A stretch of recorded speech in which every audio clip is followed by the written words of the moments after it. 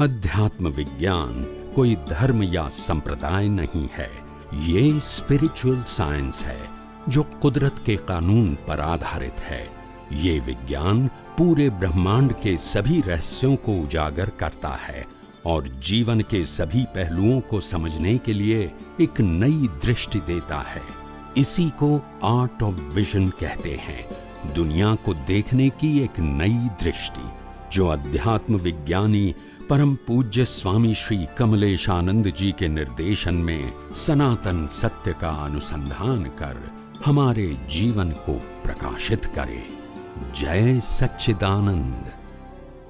શાસ્ત્ર પ્રમાણે 33 કરોડ દેવી દેવતાઓ છે અને અલગ અલગ કેટેગરીના છે। શું છે? તમને કદાચ અતિશયોક્તિ લાગતી હશે હું જ્યારે કહીશ ત્યારે। અમે જ્યાં સત્સંગ કરીએ છીએ ત્યાં દેવી દેવતાઓએ મહાત્માએ જોયેલી છે। આપણા કવિરાજે અનેક વખત જોઈ છે, મેં નથી જોયું જો, આવું તમે પહેલા કહી દઉં, પણ દેવી દેવતાઓ અહીંયા હાજર હોય છે, એનો અનુભવ બીજાને થાય છે અને એના કામે થઈ જાય છે। સમજાય છે?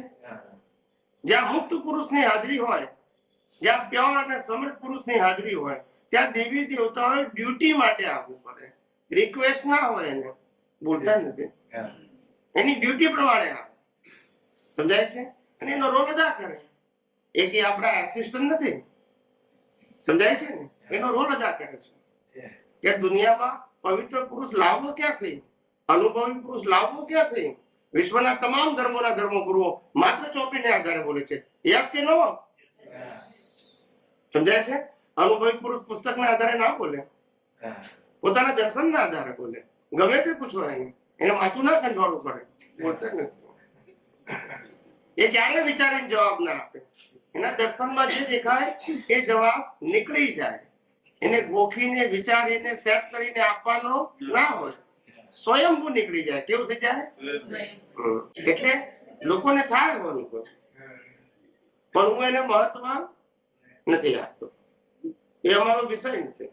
દેવી દેવતા એની ડ્યુટી બજાવે છે, હું મારી ડ્યુટી બજાવું છું। એ આવે ખરા ના આવે એમની મરજી। સમજાય છે?